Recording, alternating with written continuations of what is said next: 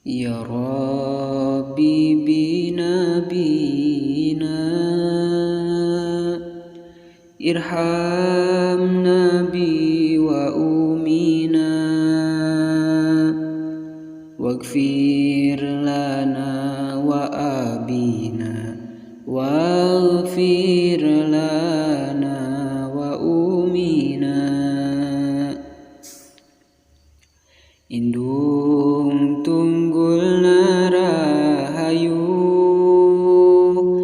Bapa tangkal nada rojat Indung nu wajib digugu Bapa nu wajib dihormat. Salapan bulan ngakandung tapi umi henteu pundung teu boga rasa kaduhung pasrah kanu Maha Agung. 7 bulan umi ripuh gawe berat henteu mampu Bapa ngan ukur karunya henteu daya teu upaya. Dugi ka ngalahirkeuna nalang sakabina-bina nyarita ya papadana nyawa jadi taruhana. Kesang geti jeung cimata kaluar henteu karasa tapi umi tetep bagja anak salamet ka dunya.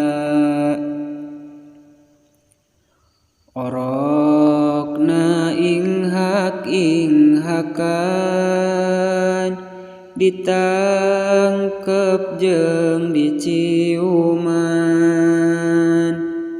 Bapa cerik rek ngadanan pinuh rasa kabungahan. 2 tahun disusuan umi terus diripuhan kanyaana teu ngurangan malah kadeudeuh nambihan. Dugi ka urang dewasa umi malangna kacida sieun anakna cilaka teu taat kana agama.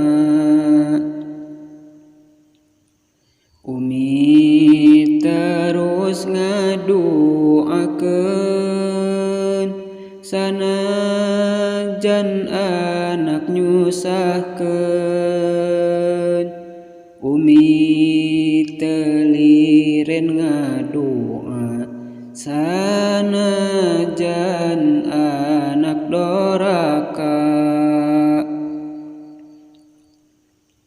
Dina waktos umi teu damang anakna mah teu hariwang umi cerik nahan nyeri anak ukur bisa seri dina waktos umi wafat dunya teh asa kiamat jantung ratuk asa pegat mugi umi sing dirahmat di mandian diboehan jasad umi disolatan abdi cerik balelehan umi na jero pasaran diantarkeun ka kuburan cipanon terus ngecelakan kana pipi ngabaseuhan nu ayangan penyesalan Nabi parantos nyarita nu doraka ka indung bapa di dunyan pasti cilaka di akhirat na disiksa pamugi ieuna doman sing dijantenkeun ganjaran